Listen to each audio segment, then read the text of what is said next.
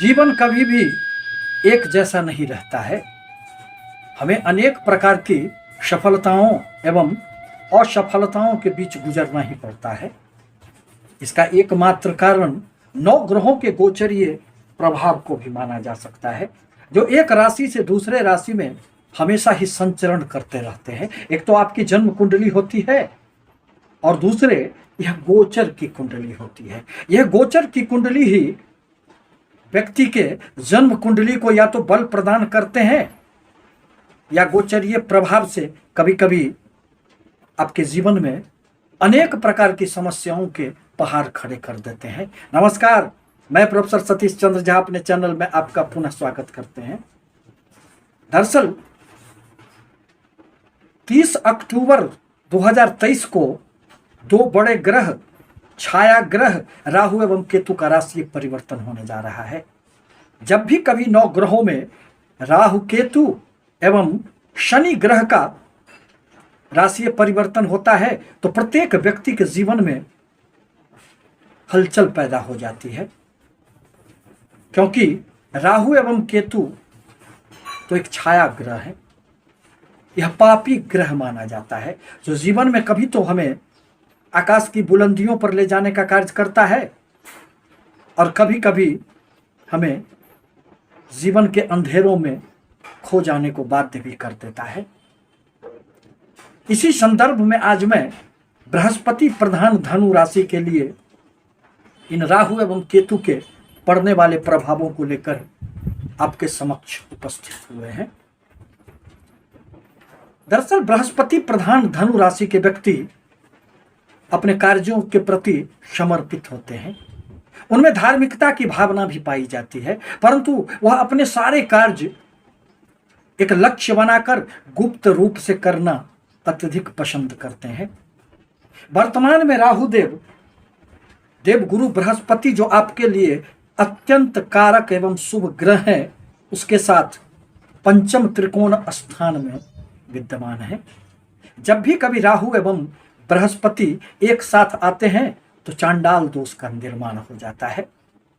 न राहु देवगुरु बृहस्पति के कारण अपना प्रभाव दे पा रहे हैं और न ही देवगुरु बृहस्पति ही राहु के प्रभाव के कारण अपनी शुभता आपके जीवन में लेकर आ पा रहे हैं, क्योंकि देवगुरु बृहस्पति ही एकमात्र ऐसे शुभ ग्रह माने जाते हैं जो जीवन में धन, संतान, दाम्पत्य सुख, भाग्य एवं कर्म के विधाता माने जाते हैं। यदि किसी भी व्यक्ति के जन्म कुंडली में देवगुरु बृहस्पति की अच्छी स्थिति न हुई तो उसे न तो शिक्षा के अनुरूप कभी नौकरी मिल पाती है और न ही वह अपने आजीविका से कभी भी संतुष्ट रह पाता है।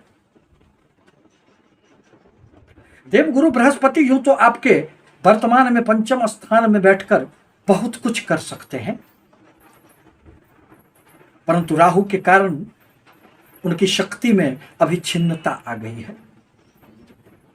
और जैसे ही राहुदेव अपने वक्रगत अवस्था से चलते हुए आपके चतुर्थ स्थान में प्रवेश करेंगे, देवगुरु बृहस्पति 30 अक्टूबर के बाद आपके लिए वरदान साबित होंगे। परंतु आपके जन्म कुंडली में देवगुरु बृहस्पति की क्या स्थिति है, इस पर भी यह प्रभाव निर्भर करेगा। पुनः देवगुरु बृहस्पति तब स्वतंत्र रूप से अपने पंचम दृष्टि से आपके भाग्य स्थान को देखेंगे। अतः अनेक प्रकार के आपके रुके हुए कार्यों में पुनः गति आ जाएगी। आपके अनेक यात्राओं का संयोग बनेगा, जो आपके लिए अत्यंत ही सुखद कहा जा सकता है। देवगुरु बृहस्पति की सप्तम दृष्टि के प्रभाव के कारण आपको अनेक स्रोतों से लाभ भी प्राप्त होंगे। आय के कुछ नए साधन भी आपके समक्ष उपस्थित हो जाएंगे। और देवगुरु बृहस्पति की 9वीं दृष्टि अपनी ही राशि धनु राशि पर पड़ने के कारण आप में एक आत्मविश्वास की जो कमी आ गई थी वह फिर से बहाल हो जाएगी। आप अपने आत्मबल के बदौलत अपने कर्म पथ पर खूब सफलता, मान सम्मान भी अर्जित कर पाएंगे। जब भी राहु देव पंचम भाव में आते हैं तो बुद्धि को थोड़े से भ्रमित करने का कार्य करते हैं। आप अपने जुगाड़ सिस्टम से तो सारे कार्य कर लेते हैं, परंतु यह प्रेम संबंधों के लिए, चाहे वह दाम्पत्य जीवन का प्रेम हो अथवा प्रेमी जनों के मध्य उफनते हुए प्रेम की बातें हो, राहुदेव इसमें विघ्न बाधाएं उपस्थित करने का कार्य करते हैं। आपके बुद्धि में एक पैनापन तो रहती है, परंतु कभी कभी आप भ्रमित हो जाने के कारण अपना ही नुकसान कर लेते हैं। आकस्मिक रूप से लाभ तो होता है, परंतु उसी प्रकार आकस्मिक रूप से कभी कभी धनहानि भी आपके मन को पीड़ित कर देती है, परंतु यह बातें तो अब समाप्त हो जाएगी। 30 अक्टूबर के बाद राहुदेव आपके चतुर्थ स्थान में संचरण कर जाएंगे।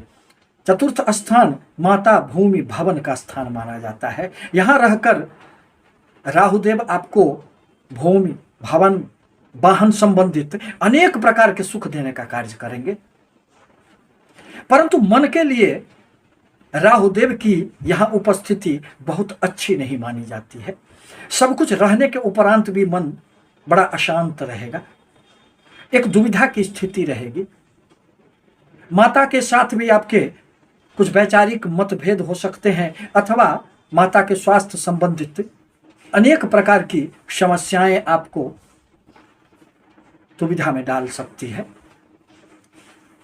राहुदेव की पंचम दृष्टि आपके अष्टम भाव पर पड़ेंगे, अतः गुप्त रूप से आप अपने अनेक प्रकार की योजनाओं को मूर्त रूप देने का इस अवधि में कार्य करेंगे।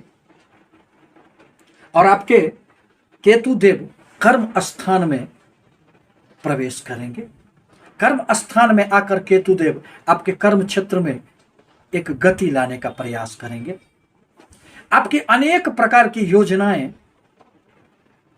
सफलीभूत होगी। यदि नौकरी करने वाले व्यक्तियों को किसी भी प्रकार के प्रमोशन रुके हुए थे,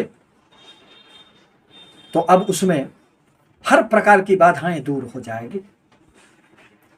स्थान परिवर्तन का योग बनेगा और आप अपने ऊंचाइयों को प्राप्त करेंगे। परंतु केतु देव जिस भाव में बैठते हैं, कभी कभी उस भाव के प्रति मन में एक असंतोष की भावना भी जागृत कर देते हैं। अतः कर्म क्षेत्र में अत्यधिक व्यस्तता के कारण कभी कभी आप अनेक प्रकार की परेशानियों में भी घिरते नजर आएंगे। अतः अपने मन पर आपको नियंत्रण रखने की आवश्यकता पड़ेगी। आपको धैर्य को संभाल कर आगे बढ़ने की आवश्यकता पड़ेगी। अपने सीनियर बॉस के साथ अहं का कोई टकराव न हो जाए, इस पर भी आपको ध्यान रखने की आवश्यकता पड़ेगी। पुनः राहुदेव की 9वीं दृष्टि आपके व्यय स्थान पर पड़ेंगे, अतः कभी कभी व्यय की अधिकता भी हो सकती है, परंतु विदेशों से संबंधित आपके कोई भी कार्य हो तो उसमें आशातीत सफलताएं प्राप्त होगी। आकस्मिक रूप से विदेशों से खूब धन लाभ भी आपको प्राप्त होंगे एवं विदेश जाना आपके लिए सहज हो जाएगा। आपके रुके हुए वीजा पासपोर्ट संबंधित कोई भी कार्य रुके हुए नहीं रहेंगे, परंतु इसके लिए आवश्यक है कि आप देवगुरु बृहस्पति के बीज मंत्रों का प्रत्येक गुरुवार को एक माला जाप करें। ओम ग्रांग ग्रिंग ग्रों शह गुरुवे नमः मंत्र का आप यदि जाप करते हैं तो आपके जीवन में पुनः सारी अशुभता समाप्त हो जाएंगे। आपसे निवेदन है कि हमारे चैनल को लाइक करें, सब्सक्राइब करें, ताकि मैं अपने विचारों से आपको अवगत कराता रहूं। धन्यवाद।